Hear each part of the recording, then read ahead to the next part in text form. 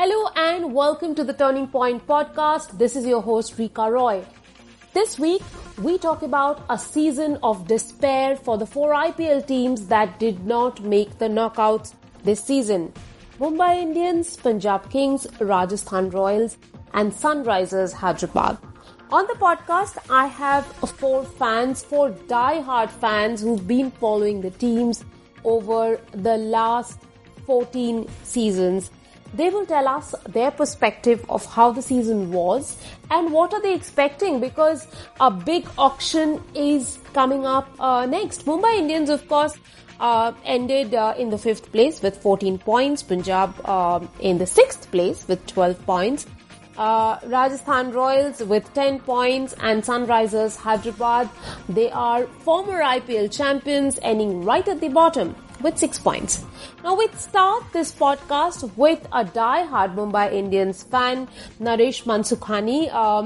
Before I go over to Naresh, I must tell our listeners that the last match for Mumbai was against the ones who have placed at the bottom of the table, Sunrisers, and they managed to score 235 runs.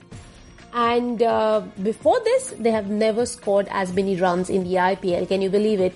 Maybe some sort of a redemption for the 5-time champions. Naresh, let me get you into the podcast. My first question would be, how do you rate this season? Yeah, Rika, first, thanks for having me. Glad to be here again. Overall season, you can say average 7 wins, 7 losses. And, when you are at that stage, it's the net run rate which dictates your fate in the end. This team, the success of this team has been, obviously, they have lifted trophy 5 times. They have been defending champions 2 in a row. No one has done it 2019, 2020. It's the top 7, probably you can say the best batting lineup you see in IPL. Rohit Sharma, Quinton de Kock, Surya, Ishan, Pandya brothers and Pollard. Collectively, they didn't do well this year.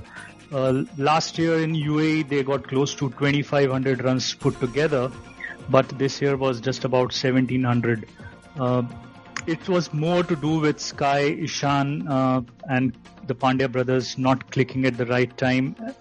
That's one reason, the batting order not doing well compared to the previous year.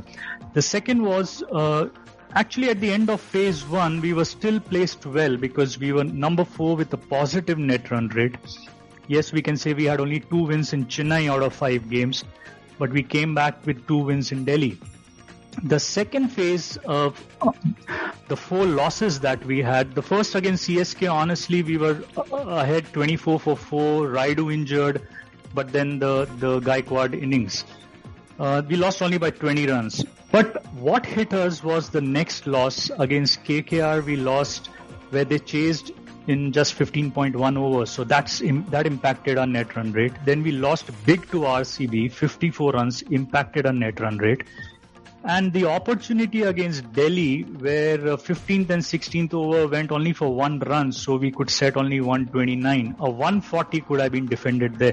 So these are the misses where our net run rate got hit so badly, we moved down to number 7.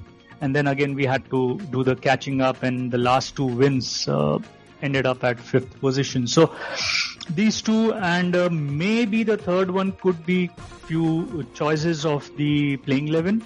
Krunal got a longer stint in this season. He wasn't doing well. He went for more than 8.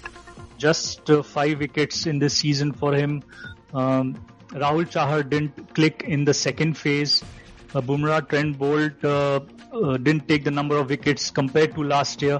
So these 3 areas are there, though bowling you can still say was quite consistent. It's the batters who didn't give us enough runs on the board for the bowlers to click better.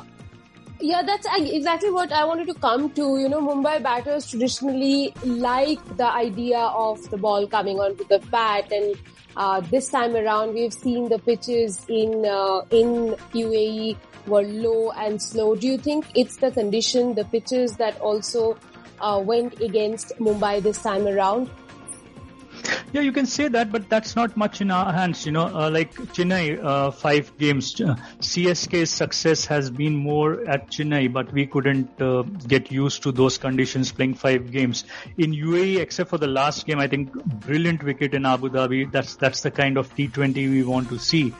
But this batting lineup, the experience they carry, the aggression they carry, probably they had to curb that. The aggression let them down because conditions got better of that.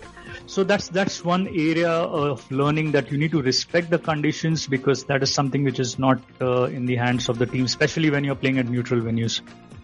Naresh, there's a big auction coming up now. As a Mumbai fan, what's going to be your wish list really?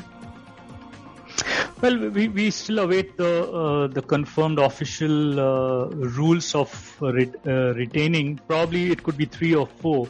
How do we, look at a complete man-to-man replacement if we don't? Obviously, we won't get the entire same team, but the core.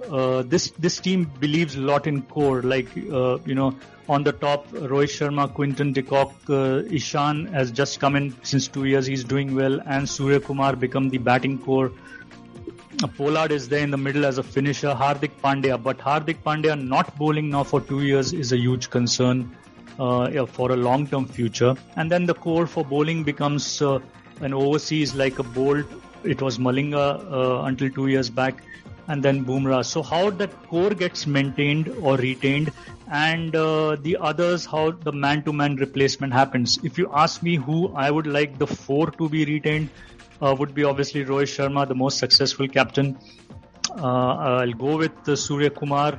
Pollard, whatever little bit of cricket left for him, couple of years, would like him to end with Mumbai. He's been a successful player as well as a captain whenever he's got to captain, and his CPL team also he's successful. And maybe Ishan, if not, then obviously Bumrah. Sorry, 4th would be Bumrah for me. Looking at the Mumbai team for this season, if I were to ask you to name one hit and one flop, who would these 2 players be? Very tough one, because the interesting point is that Rohit Sharma continues to score at 127 strike rate since past 3 years, and he did well for 381 runs. So Rohit Sharma is very consistent. But his starts did not end up into wins. But I would still rate Pollard, because there are a couple of games which he really impacted, especially the win against CSK.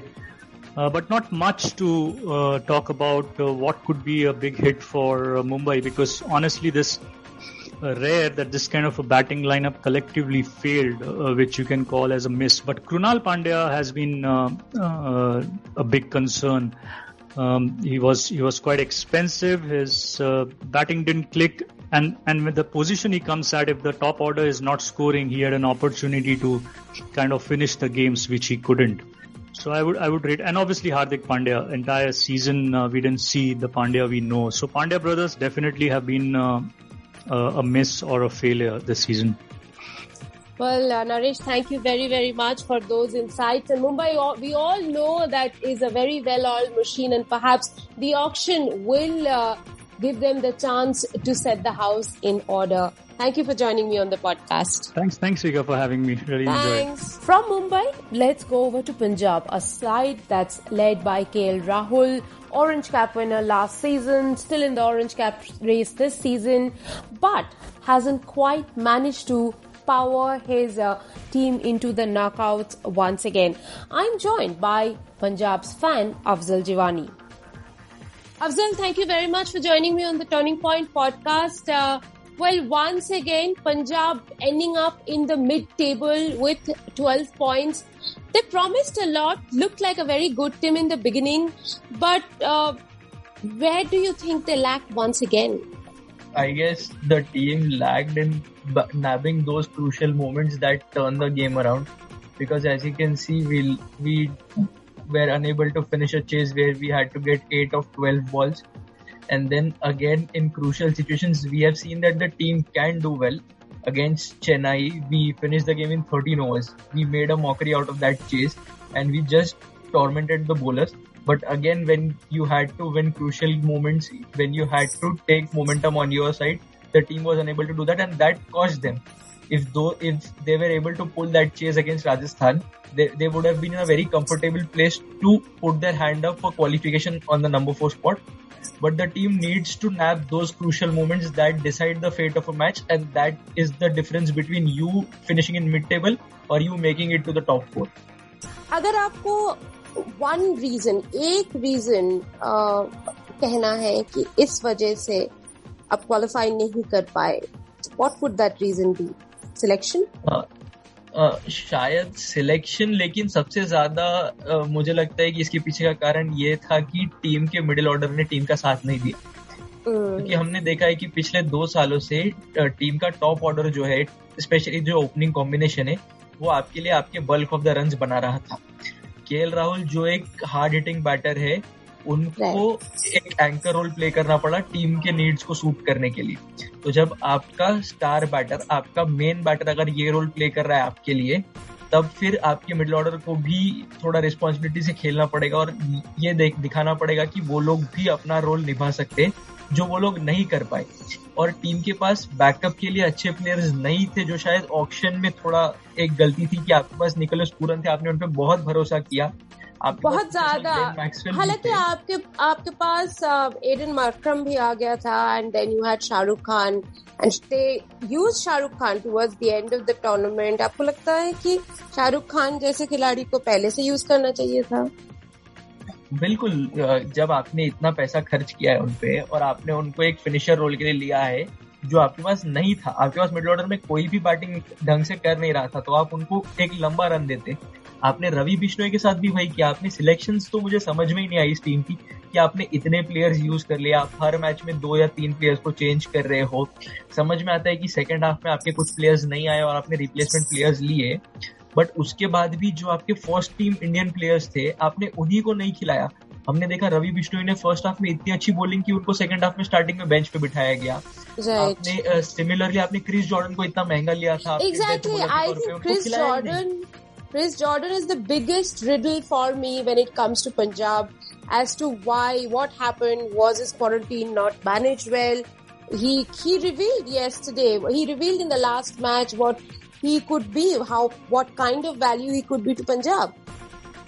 Yes, exactly. And also not only just with the ball, but he can also conk a few sixes here and there, and he can be that person who gives you valuable runs at the end. And if in case he would have been there in that chase against Rajasthan, I believe he would have been able to pull that off, where said batters were unable to do it. Also, I think the other big mystery for me was Chris Gayle. Do you think having him in the first place was a mistake by Punjab? Not a mistake as such, because Gayle is someone, even though he's 40 plus, but he is someone who is a very valuable player in T20 cricket. But I feel his position wasn't utilized. We played him at number 3, where he is not suited to do that role. He's someone who likes the ball coming onto the bat nicely, and he likes to get going with a few shots. And power play is the best position to send in Chris Gayle, because he'll either play a quick fire 30-40 run knock inside those 6-7 overs. Otherwise, he'll get out on the second ball, and then you'll have your number 3 batter coming in early on into the innings. So that could have been done, that the team could have played Chris Gayle at the top with Mayank, and then have Rahul play that anchor role from number 3. If he's doing that in the power play, let someone else utilize the power play and then send Rahul at number 3 and let him play that anchor role. What about your captain? Would you like to have KL Rahul back as your captain, given that, twice last year he was the orange cap winner? Right now, the team is out. He's still in the orange cap race. Do you, as a fan, do you still wish to have him as your captain? Exactly. I don't see that question arising out of anywhere, because he is our predominant batter. He has scored bulk of the runs. I'm not talking about being as a batter, but as a captain. Yeah, as a captain as well. We have seen his captaincy skills. We have seen that how selfless he can be.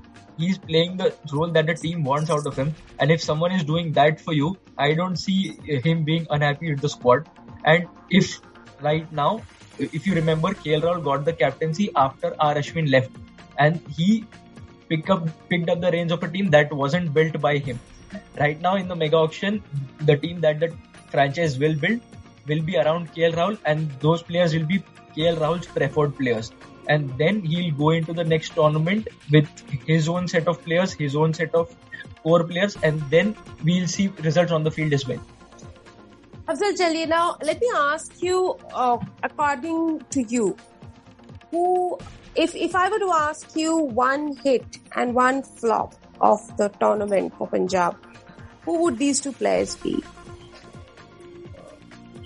The flop is very easy. The flop is Nicholas Pooda. There's no doubt about it. Because the team believed in him, and I know he struggled in India, but then we all thought that the second phase would be his new coming and he'll do well, but he couldn't translate his CPL performances into this tournament.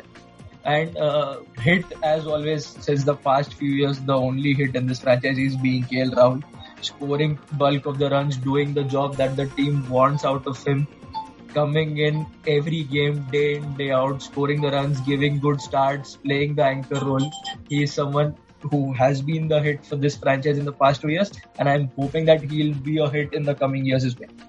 According to Punjab fans, कोई captaincy conundrum नहीं है. They want KL Rahul to be back as the captain, for him to pick his team during the auction and perhaps also lead it next time when IPL 15 happens. But that may not be the case with the Rajasthan fans, because Rajasthan ended in the 7th position with 10 points. Even though Sanju Samson scored a lot of runs, he wasn't able to generate a lot of spark. He wasn't able to give a direction to the team. Let's talk to Rajasthan Royals fan Ronak Jain.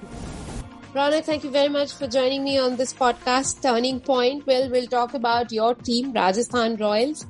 It ended in the 7th position, 5 wins in 14 games. Once again, Rajasthan really unable to step up above a very mediocre performance. Yes, firstly, thank you, Rika, for having me on the show. And as far as Rajasthan Royals season goes, I think it was as unpredictable as London's weather. The team was blowing hot, blowing cold, mostly blowing cold in most of the matches, and they were just not consistent at all. If you see the couple of matches that we also won in the UAE, like one match against Punjab was something that we didn't deserve to win because they just needed around 4 runs in the last over, and that it was Punjab who messed up rather than Rajasthan Royals. So I think, yes, it was a disappointing campaign, especially... Another match that you won also, you weren't expecting to win, right? Yes, and that was the beauty of Rajasthan Royals this season. They could chase 190 in one match, and in other games they were bowled out for less than 100 twice. So very unpredictable. You wouldn't know which Rajasthan Royals would turn up in any match, and I think that's the price we paid for the inexperience that we had in the team. And yes, where does the problem really start? Does it start with your captain Sanju Samson, who's a great batsman but may not be the kind of leader that's required to lead an IPL outfit? Yes, completely. I think Sanju Samson is a work in progress. He has good leadership qualities, but the issue was that he didn't have anyone else to either support him or guide him on the field, because the other players as well, especially the Indian players, were inexperienced. So most of the time it was on his own calls or decisions that he was making, and sometimes he did get it wrong. So that's one of the worries. I think the middle order is a big worry, because you have Evan Lewis, Jaiswal and Samson in top form. The top 3 was giving us consistent starts, but after that we saw collapses coming in most of the matches. So I think going ahead we have to heavily invest in number 4, number 5, number 6 batsmen, something which Mumbai Indians have a very good sort of capability there. Because our top order looks sort of settled, but I think we just kept on again, you have Livingstone in the middle order, but given the form that he was in the hundreds, he failed to translate that form in the IPL, though he also comes in with great reputation. Yeah, so I think we've seen so many occasions where a lot of international players who have performed really well in competitions like Big Bash and the CPL. When they come to IPL, I think either it's the pressure, I think, that gets to them playing on such occasions, playing in front of large crowds when that used to happen. And I think Liam Livingstone was one such example where we all thought, he could replicate his form of the 100 and even in the international tournament against Australia. But he just flattered to deceive, and he was one of the biggest failures of the season for us, along with Chris Morris, who I believe we spent a lot of money on him, but in terms of the return, we got barely anything out of him as well. So those two were a key concern for us. And I think going ahead, we should look at spending our money wisely on a lot of players rather than focusing on one or two big players and spending most of our purses there. But that's how Rajasthan's auction dynamics work, I believe. They like to splurge on certain players. They go for those strategic buys. Perhaps this time around, their auction strategies also need to change. What do you think as a fan? I agree. I think when you see the history of Rajasthan Royals, they were successful during the 2000 to 2013-2015 phase when we had a lot of average buy players in terms of not very expensive but really utility buys. It's only in the last 3 seasons where we have seen Ben Stokes and Jaydev Unadkat and Chris Morris go for extremely high prices. And I think we've seen the results in the last 3 years as well, that you can purchase the most expensive player in the world, but that will not lead to performance in the IPL. So I think we should go back to the Moneyball approach that we were having the initial season and get as many utility players. They might not be expensive, but at least they should get the work done rather than spending on 2 or 3 top players who then can either be out of form or get injured or something happens and then your entire tournament gets derailed. So Butler didn't turn up for the second half of the tournament. You had Evan Lewis as the replacement, and the other man, perhaps who didn't turn up and whom you guys missed the most was Ben Stokes. Yes, I would say that Butler was something more valuable to the team than Ben Stokes, because I've seen that Ben Stokes' performance for Rajasthan Royals as such has not been great. He's just had 1 century against Mumbai Indians, and besides that, he's not done particularly well. I think the one player that we missed more than Josh Butler was Jofra Archer, because he literally carried a bowling attack over the last couple of seasons. That's actually what I was wanting to ask you, that one of the key absentees was a pace spearhead, isn't it? Yes, yes. You had, occasional performances from Kartik Tyagi, Chetan Sakharia, Mustafizur Rahman, but that consistent pace spearhead. Yes, so as you mentioned, you can have a replacement for Josh Butler in Evan Lewis or any other attacking batsman, but getting a replacement for Jofra Archer who bowls at that pace and is such a wicket-taking bowler was something that we really, really didn't have. Chris Morris was perceived to be that, but he again flattered to deceive. And I think Jofra Archer was a big miss. And I think going ahead, if I have to pick one person that I would retain before Sanju Samson, before Josh Butler, I think it would be Jofra Archer, because a fast bowler bowling at 145 plus who also bats well is actually a very rare commodity in IPL. And if he stays injury free and if he's available for the entire season, I think he's irreplaceable for the Rajasthan side. We of course don't know what the retention rules are going to be, but as a fan, if you want to retain one Indian talent, who would that be? Looking at the current team, I think besides Sanju Samson, there is no possible other option, primarily because he's done well with the bat this season. A lot of times he's had inconsistent season, but this time he was shouldering the responsibility of the lead batsman and he did considerably well. And there is also a chance that we might not have to buy a skipper in the next auction. We can have Sanju Samson retain and maybe have a couple of more experienced Indian guys who can maybe support and guide him. So there's one person that I would want to retain would be Sanju Samson from the Indian point of view. What about Yashasvi Jaiswal? He also has had a good IPL. In fact, 14 games, 484 runs.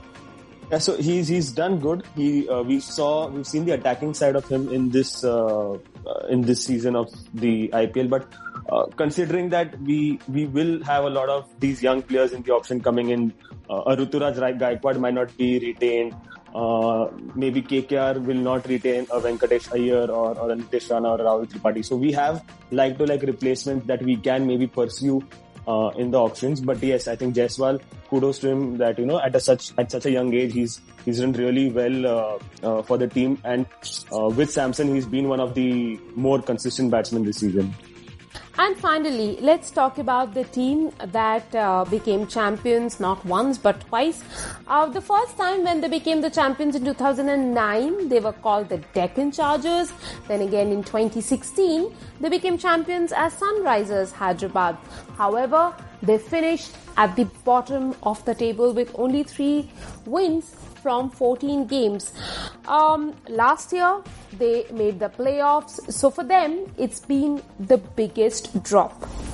I'm joined by their fan, Deepthi Sarikonda, to talk about the team and her expectations for the coming season. Deepthi, thank you very much for joining me on the podcast Turning Point. We are going to talk about Sunrisers Hyderabad with you because you are one of the biggest fans of the team that I have seen over the last few seasons. Last year, they were in the playoffs. This year, they finished in the last spot. Biggest fall. Would you say that's the most disappointing thing from where to where they have traveled? Absolutely, Rika. It is very disappointing to see the team perform the way they did. But then coming to the latter part, there have been very few, but there have been positive. So we're trying to concentrate on them.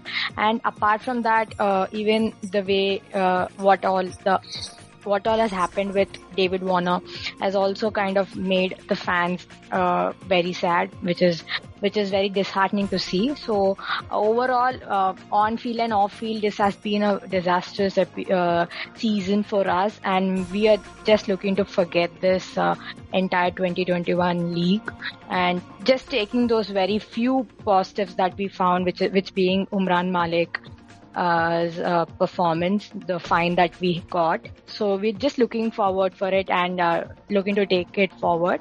But the remaining rest all hurt us. We're looking to forget it and hope that some good turns out from in the coming seasons, and we buckle up and do some good work next season.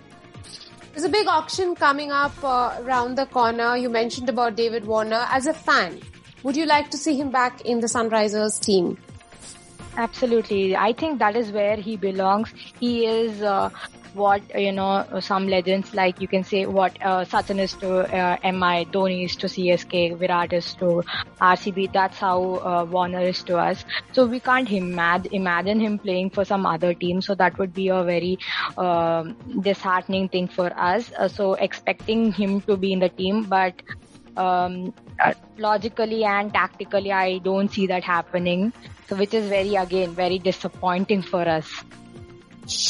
What about Captain Williamson? If I think if there is only one foreign player, overseas player allowed, I think they'd go with Rashid Khan. But if in case they are two allowed, I think they might retain Kane Williamson and Rashid Khan as overseas players. So that is my take on it. But I would suggest for them to look for Indian captains, because anyhow, like, there is always this advantage of having an Indian captain, because overseas there are only 4 spots and it is very tricky. It gets very tricky. Warner and Kane have been two very rare captains who have been successful. I'd say successful. So it would be better if we have some Indian captain, like starting afresh. But if 2 overseas players are allowed, I think it'll be Kane and Rashid. Deepthi, in your team is one of those rare teams that has several captaincy materials, and if I look at your foreign roster, there are as many as 3 people who are capable of captaining the side, and that the third includes actually 4. I can't leave Rashid Khan out, and the man I was actually talking about is Jason Holder. So What about him? He lit up the tournament. He gave some memorable performances in the middle this time around. What about him? Are you not looking forward to having him back? It is not just 3 or 4. If you look at SRH, it's a team of captains. Priyam Garg is there, and then even Nabi. So all of these players are like who have captained in some or other form. So it's a team of captains. Maybe that somehow, Lord of Mines, spoil the dish. So I think that somehow might have affected, because there are too many people with too many tactics, if considered. So it could spoil the game. But Jason Holder has been a great replacement, I'd say. He used to play for SRH back then, but then after he came back, he was really good with both bat and ball. Previous season, in absence of Bhuvi, I think he stepped up very well, because Bhuvi being the senior bowler for SRH squad, he filled in his shoes and he helped young players like Natranjan and Sandeep Sharma in previous season, and even this season he has been very great with bat and ball, and bat this season specifically. So he is one of the overseas player that has clicked alongside Jason Roy this season. So I think both the Jasons did a good job, considerably good job this season for us. So that's a positive. But then it's mega auction and there's only very little that we can do. Or if you ask any one of our fans, we like the team the way it is. There's just some middle order concerns which need to be addressed. But but that can't happen right now. So we are happy that he was with us, and we could see him play and do well for our team. David Warner, when he was in form, he gave you splendid starts, and we also did see that Jason Roy had the potential of taking you to where David Warner took you, perhaps. But as a fan, would you say that when finally the team realized that he's capable of the goods, that was too little too late? He should have been brought in a little earlier in the tournament? Jason Roy was good, but it's not that he has been consistently good. There have been games where he didn't perform as well. So if you compare him with David Warner has performed like more times than not, which is not the case, which is like he has a tremendous IPL record. So I don't think in general David Warner is like the IPL legend. He's like the greatest IPL player in my terms. So we can't compare him with any other player. But Jason Roy has been good, and he tried to fill the shoes of David Warner, which he has done for a couple of matches. So I think so. So it has been on and off. It's not that he has consistently performed. And for Jason Roy to perform, the players around him have to be good as well. So there was Saha's contribution, there was Abhishek's contribution in the last game. So I think it has been a kind of, he has gotten help from the other end, and so I don't regret him coming in late or something. In fact, if you ask me, I feel like David Warner was on fire. He should have been given one or more games in the end to at least show that he has still got it. But unfortunate things happen, so yeah, that is there. It was really sad to see in the end, to see him sitting in the dugout and waving the Sunrisers flag. Apparently, for some of the matches, he didn't even make it to the stadium. Dipti, while we are talking about the legends, let's also talk about the youngsters. Would you say the best find or the finds of the season are Umran Malik and Abhishek Sharma? Umran Malik has been the find of this season. Abhishek Sharma has been with us. So it is when it comes to Abhishek Sharma, I am glad that he has got the opportunity and finally is showing his worth to the team. He's a very great player with exceptional talent, and for him to come up and step up in the opening position and with the ball as well, he has performed in few games. So it's good to see Abhishek Sharma, and Umran Malik has been the single most positive thing for us for this season. I think seeing him ball the way he did, usually when players when a game's going on, the concentration will be on the batsman and what shots he's hitting. But when Umran was bowling, I guess all the commentators, everyone was just glued to his bowling action, his speed and everything. Every one of them were looking at the speed of his balls and everything. So that shows the find that he is, not just for SRH but for India. Even Virat Kohli, the skipper, he mentioned that we have to nurture this talent and all those things. So it's a very good find, and I always believe that SRH is one team that finds great players, youngsters especially. So even may it be Mohammad Siraj, who's not with us right now, but I would like to take this and brag that he has been the find of SRH. Well, that's right. Over the years, Hyderabad is a franchise that has managed to unearth several talents, has thrown up several surprises like T. Natarajan last season, who went on to play for India.